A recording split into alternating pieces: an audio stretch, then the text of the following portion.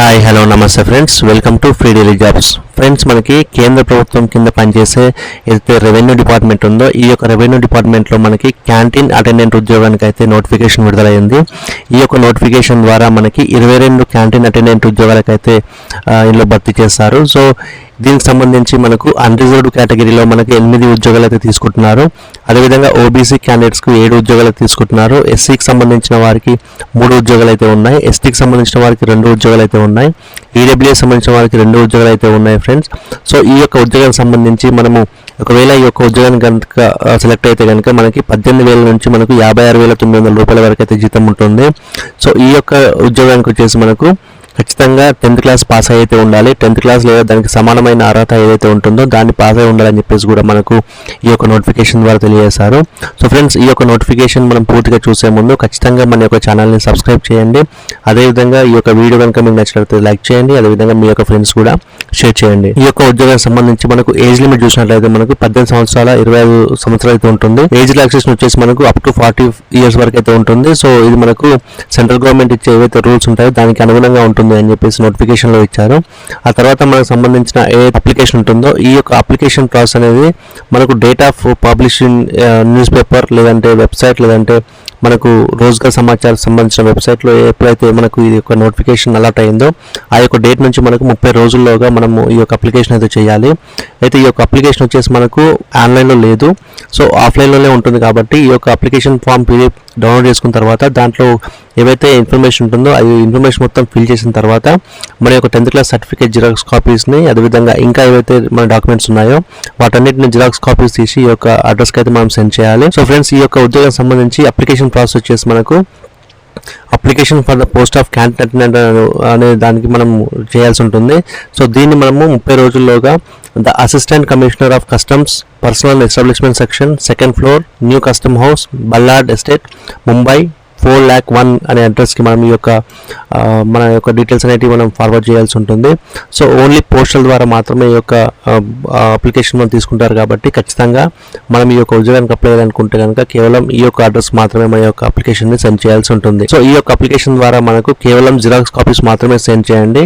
ఏవైతే original certificates ఉన్నాయో ఈ యొక్క ఒరిజినల్ సర్టిఫికేట్స్ వచ్చేసి మనకు డాక్యుమెంట్ వెరిఫికేషన్ సమయంలో చెక్ చేస్తామని చెప్పేసి కూడా మనకు క్లియర్గా నోటిఫికేషన్ తెలియజేశారు. సో ఎవరు కూడా ఒరిజినల్ సర్టిఫికేట్స్ అనేవి ఈ పోస్ట్ ద్వారా సెండ్ చేయకండి. కేవలం డాక్యుమెంట్ వెరిఫికేషన్లో మాత్రమే వాటిని చూపిస్తే సరిపోతుందని చెప్పేసి మనకు నోటిఫికేషన్లో తెలియజేశారు.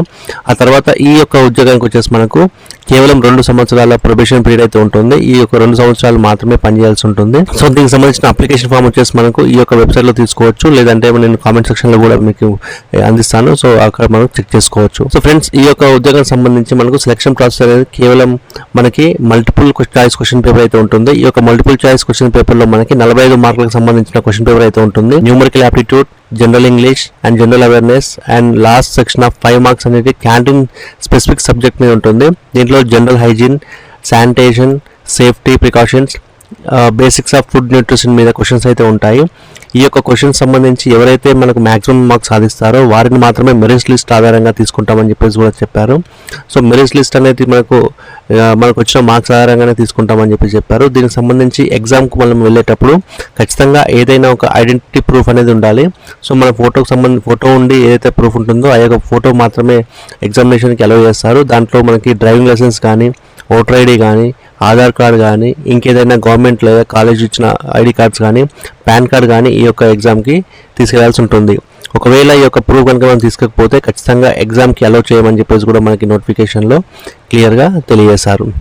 సో ఫ్రెండ్స్, ఈ యొక్క ఉద్యోగానికి సంబంధించి మనకు డేట్ ఆఫ్ బర్త్ అనేది కేవలం 10th క్లాస్లో ప్రింట్ అయిన ఏదైతే డేట్ ఆఫ్ బర్త్ ఉంటుందో 10th క్లాస్లో ప్రింట్ అయిన నేమ్ ఏదైతే ఉంటుందో ఆ యొక్క date of birth and name అనేది మనకు కన్సిడర్ చేస్తారు. కాబట్టి ఈ యొక్క డీటెయిల్స్ మాత్రమే మనము అప్లికేషన్ ఫామ్లో కూడా ఫిల్అప్ చేయాల్సి ఉంటుంది. ఈ యొక్క ఉద్యోగానికి మనం అప్లికేషన్తో పాటు మనకు కావాల్సిన ఏదైతే ఎస్ఎస్సి మెట్రికులేషన్ సర్టిఫికేట్ ఉందో ఈ యొక్క సర్టిఫికేట్ను, అదేవిధంగా క్యాస్ట్కి సంబంధించిన సర్టిఫికేటు, డేట్ ఆఫ్ బర్త్ సంబంధించిన ప్రూఫ్, ఇవన్నిటి కూడా మనం జిరాక్స్ కాపీస్ అనేవి మనం పెట్టాల్సి ఉంటుంది. సో దాంతోపాటు మనం అప్లికేషన్ ఫామ్తో పాటు పంపించాల్సి ఉంటుంది. సో అప్లికేషన్ ఫామ్ సంబంధించిన వివరాలను చూసినట్లయితే మన యొక్క అప్లికేషన్ ఫామ్ వచ్చేసి మనం ఈ యొక్క అడ్రస్కి అయితే మనం సెండ్ చేయాల్సి ఉంటుంది. ఆ తర్వాత మన లేటెస్ట్ ఫోటో ఏదైతే ఉంటుందో ఈ యొక్క ఫోటోని మనం ఇక్కడ పేస్ట్ చేయాల్సి ఉంటుంది. ఆ తర్వాత మన యొక్క నేమ్ ఎస్ఎస్సిలో ఏదైతే మనకు ఉన్నదో ఆ యొక్క ఎస్ఎస్సిలో ఉన్న పేరును మాత్రమే కేవలం ఇక్కడ మనం సేమ్ రాయాల్సి ఉంటుంది. ఆ తర్వాత మన యొక్క తండ్రి పేరు, అదేవిధంగా మన యొక్క తల్లి పేరు, అదేవిధంగా date of birth, education qualification రాసి, ఎడ్యుకేషన్ క్వాలిఫికేషన్ సంబంధించి మనం ఏ బోర్డు నుంచి అయితే రాసామో, ఏ యొక్క క్వాలిఫికేషన్ మనం పాస్ అయ్యామో ఆ పాసింగ్ ఇయర్, ఏ డివిజన్లో పాస్ అయినట్టు, మార్క్స్, ఫుల్ మార్క్స్, సబ్జెక్ట్స్, ఈ డీటెయిల్స్ అనేవి మనం ఇక్కడ ఫిల్ చేయాల్సి ఉంటుంది. దీంతో పాటుగా మన క్యాస్ట్, మనం ఏదైతే క్యాస్ట్ కేటగిరీకి సంబంధించినామో దాంట్లో సంబంధించిన దానికి ఇక్కడ రాయాల్సి ఉంటుందో లేదా టిక్ చేయాల్సిన సరిపోతుంది. సో దీనికి సంబంధించిన address of communication with pin code రాయాల్సి ఉంటుంది. హౌస్ నెంబర్తో సహా మనకి ఫుల్ అడ్రస్ అయితే ఇక్కడ రాయాల్సి ఉంటుంది కాబట్టి పిన్ కోడ్ కూడా ఖచ్చితంగా రాయండి. నేషనాలిటీ వచ్చేసి ఇండియన్, ఆధార్ కార్డ్ నెంబర్ రాయండి, పాన్ కార్డ్ నెంబర్, డాక్యుమెంట్స్ ఇంకేమైనా సబ్మిట్ చేయాల్సి ఉంటే కనుక 10th క్లాస్ సర్టిఫికేటు, అదేవిధంగా age proof 10th class marks, date of birth certificate, caste certificate, ఒకవేళ ఈడబ్ల్యూఎస్ ఉంటే వారికి EWS certificate, contact number and email ID, ఈ యొక్క డీటెయిల్స్ అన్నింటిని కూడా మనం ఈ యొక్క అప్లికేషన్తో పాటు పెట్టాల్సి ఉంటుంది. సో ఇక్కడ మన యొక్క సిగ్నేచర్, అదేవిధంగా మన యొక్క ప్లేసు, అదేవిధంగా డేట్ రాయాల్సి ఉంటుంది. సో ఈ డీటెయిల్స్ అన్ని కూడా ఫిల్ చేసిన తర్వాత మనం ఏదైతే అసిస్టెంట్ కమిషనర్ ఆఫ్ కస్టమ్స్ ఈ యొక్క అడ్రస్ ఉంటుందో ఈ యొక్క అడ్రస్కి మాత్రమే మనం పోస్ట్ చేయాల్సి ఉంటుంది కాబట్టి ఖచ్చితంగా అప్లికేషన్ చేయడం అయితే మర్చిపోకండి. ఈ యొక్క 10th క్లాస్ ద్వారానే మనకు మంచి ఉద్యోగంతో 2 సంవత్సరాల పాటు పనిచేసే మంచి అవకాశం అయితే లభిస్తుంది. సో ఫ్రెండ్స్, ఇది ఈరోజు మనకు లేటెస్ట్ నోటిఫికేషన్. మళ్ళీ ఒక నోటిఫికేషన్తో మళ్ళీ కలుస్తాను. అంతవరకు సెలవు, నమస్తే.